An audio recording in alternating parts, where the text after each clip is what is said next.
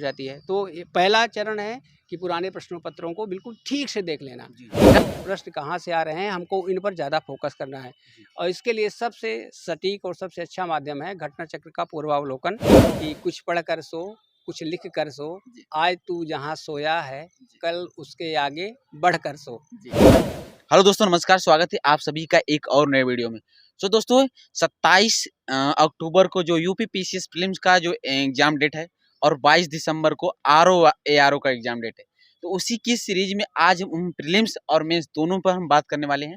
Pre और mains किस तरीके से अपनी तैयारी को मजबूत बनाया जाए और 3 महीने, हालांकि 3 महीने से भी अब कम दिन बचा है पीसीएस प्रीलिम्स के लिए और आरओ एआरओ के लिए तो 5 मिनट बचे हैं आपके लिए। सो दोस्तों आज हमारे सामने फिर से उपस्थित हैं पीसीए अधिकारी और अध्यापक डॉक्टर सीएल त्रिपाठी सर। तो सर हमारे तरफ से और जो प्यारे व्यूअर्स वीडियो देख रहे हैं फिर से स्वागत है हमारे चैनल पर। बहुत बहुत आभार आपका। बहुत बहुत आभार मंजीत जी, ये मंच देने के लिए और प्रतियोगी बंधुओं से और बांधवों से जोड़ने के लिए। जैसा कि आपने अभी बताया कि 27 अक्टूबर को पीसीएस की प्रारंभिक परीक्षा होनी है और 22 दिसंबर को 22 दिसंबर को ये समीक्षा अधिकारी की परीक्षा होनी है। ठीक है, तो अब इस पर हमें ये देखना है कि किस प्रकार से रणनीति हम लोग तय करें कि जो प्रारंभिक परीक्षा के साथ साथ जो मुख्य परीक्षा है उसकी भी तैयारी होती रहे। मार्च से लेकर के अब ये अक्टूबर में होने जा रहा है, तो समझिए आपकी मनोकामना इस संदर्भ में पूरी हो गई। लेकिन इसी के संदर्भ में यह भी ध्यान देने की आवश्यकता है कि तमाम ऐसे अभ्यर्थी जिनको लगता था कि उनकी तैयारी ठीक से नहीं हो पा रही है, उन्होंने इस पूरे महीनों में अपने आप को पूरी तरह से साधना के रूप में साधनारत रहते हुए अपनी तैयारी को आगे बढ़ाया है। और ये जानते हैं कि प्रतियोगी परीक्षा यहाँ पर प्रतियोगिता है और प्रतियोगिता का मतलब जो होता है वो यही है कि एक सीट है और जो कहा जाता है कि मुहावरा है हिंदी में कि एक अनार 100 बीमार। ठीक है, तो वही स्थिति है। लेकिन इस स्थिति से फिर हम कैसे अपने आप को उस स्थिति में ले जाएं उस कि हमारी जो प्रारंभिक परीक्षा की सफलता की संभावना है वह क्या हो, साकार हो जाए। ठीक है सर थोड़ा सा हम सुगाई अभी हम सभी चीज़ों पर बने रहेंगे और जिससे प्रीलिम्स में कितने क्वेश्चन अटेम्प्ट करें और ख़ास तौर पर सर हिंदी और ऐसे राइटिंग के टीचर भी हैं, मार्गदर्शन भी रहे, तो इस पर हम ज़्यादा फोकस करेंगे। तो और जीएस के भी सभी चीज़ों पे एक-एक करके हम जानेंगे। तो सर सबसे पहले हम जानेंगे कि जो प्रीलिम्स के जो स्तर पर जो प्रारंभिक परीक्षा होती है उसकी जो स्ट्रेटजिक रणनीति है, कैसे तैयारी किया जाना चाहिए, हर सब्जेक्ट पर कैसे फोकस करें? निश्चित रूप से मंजीत जी, प्रारंभिक परीक्षा बहुत ही महत्वपूर्ण चरण होता है। यही वह सीढ़ी है जिसके द्वारा हम मुख्य परीक्षा तक पहुँचते हैं। तो इसमें सफल होना समझिए कि कोई बहुत बड़ी सफलता नहीं होती, लेकिन असफल होना बहुत बड़ा दुर्भाग्य होता है, क्योंकि सारी की सारी चीज़ें आपकी ठप हो जाती हैं। वास्तविक सफलता तो फाइनल में मिलती है जब आपका अंतिम परिणाम आ जाता है। तो इसके लिए हम क्या करें, इसके संदर्भ में देखिए कि हम लोगों ने जो हमें फिलॉसफी सब्जेक्ट भी पढ़ा था हमने, तो उसमें जो मॉडर्न फिलॉसफी के जो जनक माने जाते हैं, father of modern philosophy, René Descartes, उन्हीं की पद्धति को यहाँ पर अपनाते हुए बताएंगे कि वो कहते थे कि सबसे पहले जो आपकी समस्या है, अगर आपको किसी तथ्य की वास्तविकता को पता करना है तो सबसे पहले जो समस्या है उसके बारे में अवलोकन कर लें, अर्थात पाठ्यक्रम को देख लें।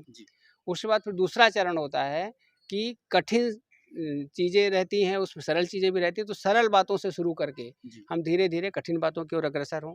ठीक है, तो दूसरा चरण हो गया। फिर तीसरा चरण होता है जिसमें ये रहता है कि अनुसंधान का चरण होता है वो फिलॉसफी में। यहाँ पर ये है कि आपको अनुसंधान का अभिप्राय यहाँ पर ये देखना है कि किस प्रकार के प्रश्न किस पोर्शन से आ रहे हैं। ठीक है, ये सबसे महत्वपूर्ण पहलू। आपने पाठ्यक्रम को देख लिया, पाठ्यक्रम देखने के पश्चात आपने पुस्तकें देख ली कि कौन कौन सी पुस्तकें पढ़नी है। उस पर जो तीसरा चरण होता है वो चरण होता है कि प्रश्न कहाँ से आ रहे हैं, हमको इन पर ज़्यादा फोकस करना है और इसके लिए सबसे सटीक और सबसे अच्छा माध्यम है घटना चक्र का पूर्वावलोकन, जिसने क्या किया है कि सब्जेक्ट वाइज पूरा का पूरा कैसे प्रश्न आते हैं, उनकी संरचना किस प्रकार से है, वो पाठ्यक्रम के हिसाब से, चैप्टर के हिसाब से। सपोज करिए कि पॉलिटिकल साइंस है तो उसमें मूलाधिकार में अभी तक फंडामेंटल राइट्स में जितने भी प्रश्न आए हुए हैं, चाहे उत्तर प्रदेश लोक सेवा आयोग में हो, राजस्थान लोक सेवा आयोग में हो, संघ लोक सेवा आयोग में हो, सभी को उसने इकट्ठा कंपाइल कर दिया है। तो इससे आपको एक आइडिया मिल जाता है। तो हमें क्या पढ़ना चाहिए इसके संदर्भ में देखिए कि अब जो पीसीएस के लिए तो 3 महीने का समय है, अभी तक आपने खूब पढ़ लिया होगा, एनसीईआरटी पढ़ ली होगी, बेसिक बुक्स पढ़ ली होगी। लेकिन अब इस 3 महीने में क्या करें, लगभग 3 महीने हैं, इस 3 महीने में क्या करें कि जो तीनों चरण हैं वो हमारे आगे निकल जाएँ। प्रारंभिक का, मुख्य परीक्षा का, साक्षात्कार का। तो प्रारंभिक परीक्षा के लिए ये करना है आपको कि सबसे जो पुराने प्रश्न पत्र हैं, जी, पुराने प्रश्न पत्र को ठीक से देखना है। बार-बार कहा जाता है कि ये सबसे अच्छे आपके गुरु हैं, जी, सबसे बड़े मार्गदर्शक यही है ना, तो सहील त्रिपाठी है ना कोई और है। सबसे बड़े मार्गदर्शक, सबसे बड़े कोचिंग इंस्टीट्यूट जो PYQs हैं, जी, प्रीवियस ईयर क्वेश्चन पेपर्स हैं, वो हैं। जी, उनको आपको ठीक से देखना है। अब इसी संदर्भ में जो पाठ्य सामग्री है, एक तो घटना चक्र मैंने चर्चा ही कर दी। जी, दूसरा यूथ कंपटीशन टाइम्स ने एक अच्छी सीरीज निकाली हुई है। पहले क्या हुआ करता था कि जो सब्जेक्ट्स होते थे, पहले 2 पेपर हुआ करते थे प्रारंभिक परीक्षा में भी। जी, एक ऑप्शनल का पेपर होता था, जी, उस ऑप्शनल में सोशियोलॉजी भी आती थी, फिलॉसफी भी आती थी, मतलब जो वैकल्पिक विषय रहता था, जो चाहे सो ले लें। हुँ, तो उसमें हिस्ट्री भी रहती थी, जी, ज्योग्राफी भी रहती थी, पॉलिटिकल साइंस भी रहता था। जी, तो इसने क्या किया कि ऐसे सब्जेक्ट जो जीएस से रिलेटेड हैं, जी, उन सब के सारे प्रश्न उसने इकट्ठा कर दिया है। जी, ना? जी, तो उन प्रश्नों को अवश्य देख लें, जो उसके सरल प्रश्न हैं, उन सरल प्रश्नों को देख लें, उससे आपके पास एक अच्छा स्रोत मिल जाएगा कि वस्तुतः लोक सेवा आयोग कैसे प्रश्न बनाता है। जी, उनको देख लें। प्रारंभिक परीक्षा में पहले इसमें पीसीएस में पहले मुख्य परीक्षा में भी ऑब्जेक्टिव प्रश्न आते थे, जी, 2015 तक। जी, तो उन ऑब्जेक्टिव प्रश्नों को देख लें।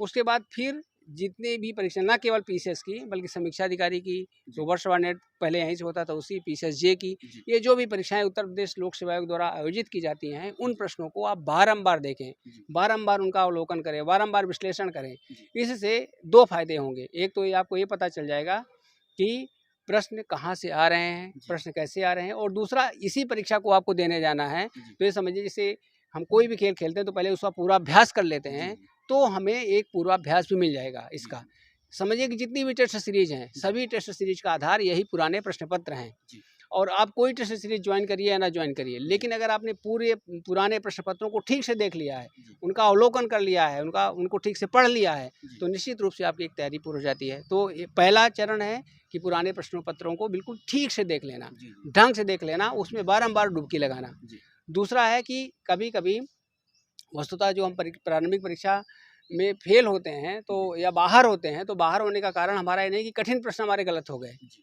बाहर होने का कारण है कि सरल प्रश्न गलत हो जाते हैं। तो सरल प्रश्नों के लिए सरल सी किताब है, जी, बहुत ही पॉपुलर है, लूसेंट।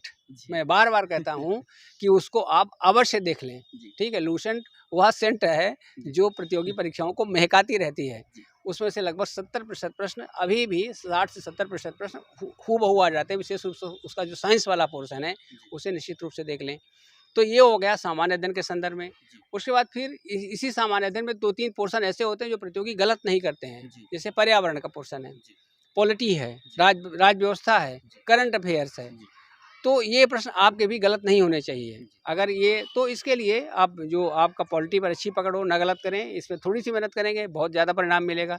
इसी प्रकार से एनवायरनमेंट में जितने भी अधिनियम हैं, उनको देख लीजिए। जैसे 1986 का छाता अधिनियम बोला जाता है। जी, तो ये सारे पर्यावरण संबंधित अधिनियम आप देखेंगे हर साल पूछा जाता है।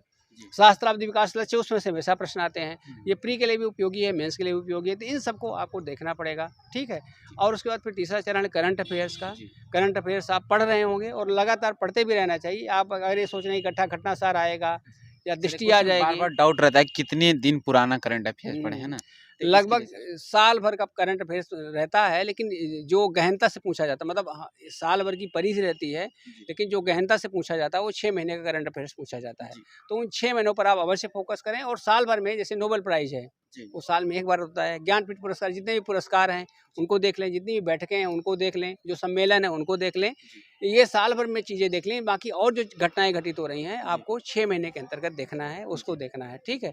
तो इस प्रकार से।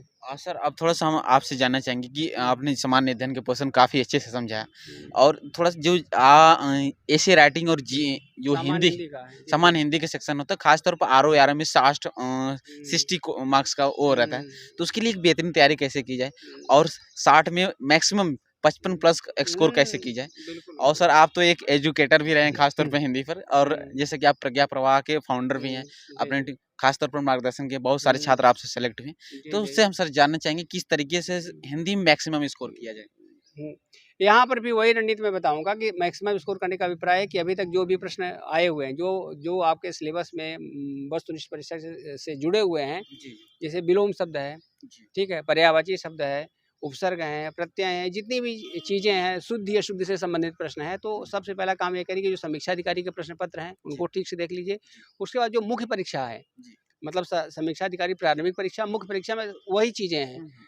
बहुविकल्पीय भाग में, जी। उसको आप पूरी तरह से अच्छे तरह से देख लीजिए। उसके बाद फिर जो पीसीएस मुख्य परीक्षा है, जी। उसमें ये जो भाग पूछे जाते हैं, जी। जैसे हम कहते हैं कि रथी का जी। विलोम आया था, तो जी। रथी का विलोम क्या होता है, सब लोग विरथी लिख देते हैं, हुँ। लेकिन इसका विरथी नहीं होता, क्या होता है, विरथ होता है। गोस्वामी तुलसीदास की चौपाई भी है, रावण रथी विरथ रघुबीरा, देख विभीषण भयो अंधेरा अधीरा। तो इस प्रकार के ढेर सारे इस प्रकार से जो प्रामाणिक स्रोत हैं, जो आप प्रज्ञा प्रवाह चैनल इसका हम नाम ले रहे हैं, तो उसमें जी। टेलीग्राम चैनल भी है। जी। तो उसमें इस प्रकार से जो प्रामाणिक सामग्री है वह उपलब्ध कराई जाती है, उसमें आप सब लोग जुड़ करके उसको देख सकते हैं। जी। उसमें सारी सारी चीज़ें रहती हैं। तो एक काम ये करना है कि हमें पुराने प्रश्न पत्र को, जो पीसीएस मुख्य परीक्षा में भी आए हुए हैं, जी। उन प्रश्नों को, उन भाग को अवश्य देख लेना है, उन्हें बारंबार दोहरा लेना है। एक तो एक हो गई। दूसरी बात हम ये कहते हैं कि इसके लिए एक प्रामाणिक किताब अवश्य आपके पास होनी चाहिए, जी। जहाँ से प्रश्न बनाए जाते हैं। ढेर सारी टेस्ट सीरीज है, ढेर सारी पुस्तकें आ गई हैं, लेकिन फिर भी जी। इनमें जो अभी भी जो प्रामाणिकता, हालांकि पूरी तरह से दावा नहीं किया जा सकता कि सब कुछ शुद्ध ही चीज़ें हैं, कुछ जी। प्रिंटिंग मिस्टेक हो सकती हैं, कुछ और तमाम चीज़ें हो सकती हैं, लेकिन जो हरदेव बाहिरी की पुस्तक है, जी। ठीक है, वो किताब अपने आप में सामग्री के दृष्टि से भी और जी। प्रामाणिकता के दृष्टि से भी अच्छी किताब है, जी। तो आप उसको रख लीजिए। जी। और इसी के साथ में जितनी भी अभी तक की जो परीक्षाएँ हुई हैं, उन परीक्षाओं का संग्रह आपको जी। जहाँ पर भी मिल जाता है, ये ध्यान रखिएगा कि उसके उत्तरों पर मत जाइएगा। जितने भी संग्रह हैं, मैंने सभी को देखा है, सभी में त्रुटियाँ हैं, अशुद्धियाँ हैं, और वो प्रतियोगियों का बेड़ा पार नहीं करती, बल्कि बंटाधार कर देती हैं। तमाम ऐसी चीज़ें, जैसे हमने अभी रथी की बात की, तो रथी का विलोम जिस प्रकार से वहाँ पर लिखा है, ऐसे ढेर सारे हैं, तमाम उनमें हैं। वो बीच-बीच में मैं प्रज्ञा प्रवाह चैनल में, जी। जो टेलीग्राम चैनल है, उनमें वो प्रश्न को और अशुद्धियों को भी बीच में प्रेषित किया करता हूँ, जी। तो आप सब उसको देख सकते हैं। तो हिंदी के लिए ये चीज़ आपको अवश्य करनी पड़ेगी जी। कि पुराने प्रश्न पत्र, उनसे संबंधित जो प्रश्न कोश है, उनको देख लें, और प्रामाणिक पुस्तक के रूप में हरदेव भायरी और वासुदेव नंदन, जी। इन 2 किताबों को अपने जी। पास रखें। सर थोड़ा-सा हम जानना चाहिए, जैसे टेस्ट सीरीज़ सॉल्व करते समय कई बार क्वेश्चन ज़्यादा मैक्सिमम गलत होते हैं, तो डिमोटिवेट छात्र हो जाते हैं। तो सेल्फ एनालिसिस कैसे करें, और सेल्फ एनालिसिस करते समय किन चीज़ों का ध्यान रखें? थोड़ा इसके बारे में हमें गाइड करें। हुँ। देखिए, टेस्ट सीरीज़ जब आप सॉल्व कर रहे हैं, तो उसमें आपको 2 चीज़ों को ध्यान में रखना पड़ेगा। एक तो ये देखना पड़ेगा कि कभी कुछ टेस्ट सीरीज़ ऐसी होती हैं, जो जी। केवल इतना हौवा खड़ा कर देती हैं, कठिन से कठिन प्रश्न दे देंगी, जिनका कुछ भी परीक्षा से लेना-देना नहीं होता है। जी। तो अगर आप ऐसे प्रश्नों को देख कर के हतोत्साह होते हैं, तो जी। फिर ये चीज़ें ठीक नहीं है। जी। दूसरा, लेकिन हकीकत में अगर ऐसे प्रश्न आपके गलत हो रहे हैं, जो कि परीक्षा में पूछे गए हैं, बार-बार पूछे जा रहे हैं, फिर भी आपसे त्रुटियाँ हो रही हैं, तो इसके लिए आपको आत्ममंथन करना पड़ेगा। आपको देखना पड़ेगा कि ये प्रश्न आपको इसलिए गलत हो रहे हैं कि आपने उसको पढ़ा नहीं है। जी। तो इसका मतलब आपका जो पाठ्यक्रम है, जी। वो उससे आच्छादित नहीं है, कवर नहीं है, जी। तो उसको आपको कवर करना पड़ेगा। ठीक से बार-बार पढ़ना पड़ेगा। कभी-कभी ऐसा होता है कि चीज़ें भूलती हैं, जी। भूलना स्वाभाविक गुण है। हम बार-बार कहते हैं कि मनुष्य स्मरणशील प्राणी के साथ-साथ विस्मरणशील प्राणी भी है। जी। वो भूलता भी है, ना भूले तो पूरा कितना कूड़ा-कचरा सब इकट्ठा हो जाता है। लेकिन कुछ चीज़ें ऐसी होती हैं जो हमको कभी नहीं भूलती हैं। तो क्यों? क्योंकि या तो बहुत अच्छी लगती हैं, या तो बहुत खराब लगती हैं। जी। तो हम जो हमारी पाठ्य सामग्री है, उसको पूरी आत्मीयता के साथ देखें। इस प्रकार से देखें कि जैसे हमारी सबसे जो चाहने वाली वस्तु है, हमारे सामने खड़ी है, जी। और उसको फिर बार-बार क्या करना पड़ेगा? रिवीजन करना पड़ेगा। सपोज़ करिए किसी किताब से आप पढ़ रहे हैं, उसको आप भूल रहे हैं, तो क्या करिए, एक अपनी डायरी मेंटेन कर लीजिए, छोटी-सी डायरी बना लीजिए। जी। हम लोग भी ऑफ़िस में क्या करते हैं कि ढेर सारी चीज़ें रहती हैं, तमाम चीज़ें रहती हैं, लेकिन क्या करते हैं, एक डायरी में वो जो क्या करना है, क्या नहीं करना है, किस समय करना है, उनको नोट कर लेते हैं। ठीक इसी प्रकार से जी। इस खनिज है, उद्योग है, जी। कठिन विलोम शब्द हैं, कठिन पर्यायवाची है, जी। तो उन सबको क्या करिए, जो चीज़ें आपको भूल रही हैं, बार-बार उसको डायरी में नोट कर लीजिए। फिर जो आपने शब्द किया डिमोटिवेट होने का, जी। जी। तो कहीं पर भी देखिए, हमेशा ध्यान रखिए कि जो भी सफल हुए हैं, जी। वह आप जैसे हाड़ मांस के प्राणी हैं। जी। वो मंगल ग्रह से, बृहस्पति ग्रह से, ऐसा नहीं कि बृहस्पति ग्रह से आए और बृहस्पति देव ने उनको भेज दिया कि तुम्हारी बुद्धि बहुत अच्छी रहेगी। जो जितना अधिक से अधिक परिश्रम करता है ना? जैसे महर्षि वाल्मीकि के बारे में कहा जाता है, जिन्होंने रामायण जैसा ग्रंथ लिखा, जी। और जो भारतीय संस्कृति का आदि काव्य है, महाकाव्य है, जी। माना जाता है। तो सही राम भी नहीं बोल पाते थे, इतना मार काट में लगे रहते थे कि मरा-मरा बोलते थे। जी। जी। तो सोचिए कि अभ्यास के द्वारा हम किस प्रकार से वहाँ तक पहुँच सकते हैं। तो केवल और केवल अभ्यास, अभ्यास और अभ्यास। अर्जुन भी जब परेशान होता है, कृष्ण से पूछा है, तो कृष्ण कहते हैं 2 ही रास्ते हैं, जी। अभ्यासेन च वैराग्येन च। जी। अभ्यास करो, जी। और दूसरा वैराग्य ले लो। जी। कहाँ से वैराग्य ले लो? जो तुमको परेशान करती है चीज़ें, जो तुमको डिस्टर्ब करती है, सोशल मीडिया से वैराग्य ले लो। जी। ऐसी चीज़ें जो आपकी परीक्षा में बाधा पहुँचा रही हैं, जी। उनसे आप वैराग्य ले लीजिए। जी। अपना एक टाइम टेबल सुनिश्चित कर लीजिए, जी। और तय कर लीजिए कि आज से लगभग 3 महीने इसके लिए, तो तय कर लीजिए। उसके बाद 2 महीने बाद अक्टूबर के बाद फिर क्या है, समीक्षा अधिकारी है। तय कर लीजिए कि हमें प्रतिदिन किसी भी रूप में 50 प्रश्न याद ही करने हैं। आप जितना याद करेंगे, बार-बार याद करेंगे, बिल्कुल रटना शुरू कर दीजिए। ये समझिए कि पीसीएस की परीक्षा आपसे अपेक्षा करती है कि आप अधिक से अधिक संघर्ष कर डालें, अधिक से अधिक मेहनत कर डालें। ठीक है?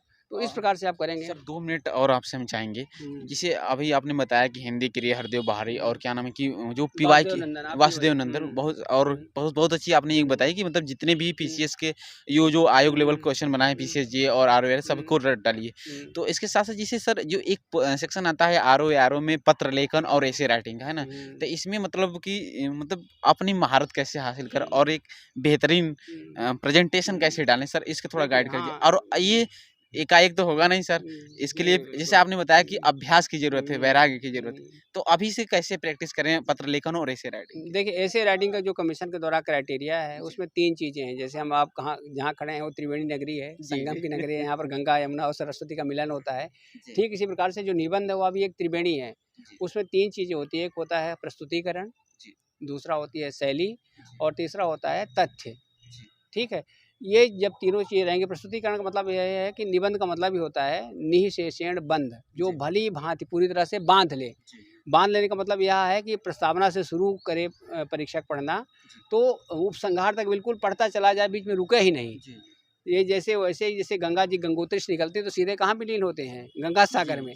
बीच में कोई भी इस प्रकार का अवरोध नहीं रहता। कल के से आपका निबंध बहना चाहिए। तो इसके लिए शुरुआत करने के लिए कोई उद्धरण लिखें, कोई कविता लिखें, कोई कहानी लिखें। जैसे हम बार-बार कहते हैं, सपोज करिए कि अहिंसा की बात आती है, भारतीय संस्कृति की बात आती है, तो आप महात्मा अभी मोदी संयुक्त राष्ट्र सभा में पहले गए थे और अभी भी किसी सम्मेलन में उन्होंने कहा कि हमें गर्व है कि भारत ने संसार को युद्ध नहीं बुद्ध दिया है। तो ऐसी भारतीय संस्कृति है। ठीक है? तो इस प्रकार किसी कथन से शुरुआत कर सकते हैं। चरित्र निर्माण में साहित्य की भूमिका आती है। तो आप चरित्र निर्माण में सबसे अच्छा उदाहरण किसका है? महात्मा गांधी का है। महात्मा गांधी शुरू में किस प्रकार के बच्चे थे? झूठ से लेके सारी चीज़ें थी, लेकिन उन्होंने सत्य हरिश्चंद्र नाटक देखा और सत्य हरिश्चंद्र नाटक देखते ही उन्होंने संकल्प कर लिया कि हम क्या करेंगे? सत्य वचन का पालन करेंगे। और बाद में उनका सत्याग्रह लिखा का प्रयोग हुआ, अहिंसा हुआ और आज पूरा विश्व, भारत ही नहीं पूरा विश्व उनके जन्म दिवस को किस रूप में मनाता है? विश्व अहिंसा दिवस के रूप में मनाता है। तो इस प्रकार से ये साहित्य का प्रभाव है। ठीक है? शिवाजी को उनकी माता जो थी जीजाबाई, उन्होंने रामायण की, महाभारत की सारी कहानियाँ सुना कर उनके अंदर क्या किया? साहस भर दिया। तो इस प्रकार से निबंध के संदर्भ में आपको हमेशा ध्यान में रखना पड़ेगा। उसके बाद फिर साथ कुछ तथ्य होने चाहिए। तथ्य में आप क्या रख सकते हैं? जैसे ये सारे तथ्य ही थे, और क्या रख सकते हैं? नोबेल प्राइज़ है। नोबेल प्राइज़ दिया जाता है, उसका क्राइटेरिया क्या है? क्राइटेरिया ये है welfare of the human kind. संसार के मतलब मानवता के कल्याण के लिए जो भी साहित्य है। जैसे अभी विश्व धरोहर सूची में शामिल किया गया है रामचरितमानस को, पंचतंत्र को। तो उसकी वहाँ पर यूनेस्को ने जो प्रमाण पत्र दिया, उस प्रमाण पत्र में लिखा है कि ऐसी कृतियाँ हैं जो न केवल पूर्व में मानव का मार्गदर्शन करती रही, मानव को शेपिंग द ह्यूमैनिटी, मानवता का निर्माण करती रही हैं, मानवता का सृजन करती रही हैं। जैसे कुम्भकार जो घड़े को तोड़ मरोड़ कर बढ़िया से बना देता है, या मूर्तिकार होता है, ठीक इसी प्रकार से कृतियाँ ऐसी रही हैं, मूर्तिकार के समान मानवता का सृजन करती रही हैं। और आगे लिखा है कि न केवल सृजन करती रही बल्कि भविष्य की पीढ़ियों के लिए भी enlightening and inspiring the humankind for the future, मतलब भविष्य की पीढ़ियों को भी ये क्या करती रहेंगी? निरंतर प्रकाशित करती रहेंगी। तो इस रूप में ये तथ्य हैं, यहाँ से आप उपसंहार कर सकते हैं, तो निश्चित रूप से आपको बहुत उम्दा नंबर मिलेंगे, उम्दा अंक प्राप्त होंगे। तो ये समझिए कि ये चीज़ें होती हैं, इसमें केवल रटी रटाई चीज़ें आप डालेंगे, गूगल से सर्च करके केवल वही टिप देंगे, तो इसमें और सब वही जाएगा परीक्षा के सामने। तो परीक्षा क्या करेगा? बार बार उन्हीं चीज़ों को देखेगा तो ऊब जाएगा। इसमें मौलिकता भी होनी चाहिए, प्रस्तुतिकरण भी होने, कविताओं से, कहानियों से, उद्धरणों से अपने निबंध को प्रवाहित करते हुए आगे बढ़ें। दूसरा पत्र लेखन, आपने पत्र लेखन बिल्कुल गणितीय होता है, इसका एक बंधा बंधाया साचा होता है। अभी आपने जिस चैनल की बात की, प्रज्ञा प्रवाह चैनल, टेलीग्राम चैनल, उसमें ढेर सारे ऐसे जो प्रामाणिक पत्र हैं, उनका संरचना किस प्रकार से होनी चाहिए, उनकी भाषा शैली किस प्रकार से होनी चाहिए, ये सारी की सारी चीज़ें वहाँ लिखी रहती हैं। एक हम छोटा सा उदाहरण, जैसे अर्थशास्त्र की पत्र में भवनिष्ठ शब्द का प्रयोग किया जाता है। सब में भवनिष्ठ लिखा रहता है, जो अधिकांश उत्तर पुस्तिकाएं, लेकिन यह बना कैसे? भवत और निष्ठ, फिरता का ना हो जाता है, फिर भवन निष्ठ, मतलब इसमें दो ना रहेगा, एक आधा ना रहेगा, दूसरा पूरा ना और आपकी उसमें ई की मात्रा रहेगी। तो इस प्रकार से छोटी-छोटी अशुद्धियाँ होती हैं जिन पर ध्यान देने की बात होती है। सभी में उपरोक्त लिखा रहता है, उपरोक्त के अनुसार, तो उपरोक्त शब्द सही नहीं है, अशुद्धि में पूछा जाता है, उपर्युक्त शब्द होता है, ठीक है? तो इस प्रकार से इन सबको ध्यान देने की मतलब ये समझिए कि निरंतर आप इसका अभ्यास करते रहेंगे, आप वहाँ से जुड़े रहेंगे, तो निश्चित रूप से वो चीज़ें मिलती रहेंगी। Thank you so much sir, अपना कीमती समय दिया हमारे स्टूडेंट्स के लिए। और साथ ही साथ जो आपने बताया कि वहाँ पर टेलीग्राम चैनल पर सर का यूट्यूब चैनल भी प्रज्ञा प्रभा के नाम से, और टेलीग्राम चैनल भी, आप वहाँ पर जाइए और निःशुल्क वहाँ पर सर डेली एक अपडेट देते रहते हैं। और कैसे जो हिंदी की जो अशुद्धियाँ हैं, वाक्य हो या फिर जो पत्र लेखन के जो टिप्स हैं, जो ऑलरेडी बहुत सारे छात्र सेलेक्ट हैं, वहाँ पर आपको निःशुल्क गाइडेंस मिलता रहेगा। सो सर, आपने हमें कीमती समय दिया जनरल स्टडीज़ को लेकर, चाहे हिंदी को लेकर, चाहे ऐसे राइटिंग के लिए, काफ़ी आपने गाइडेंस दिया।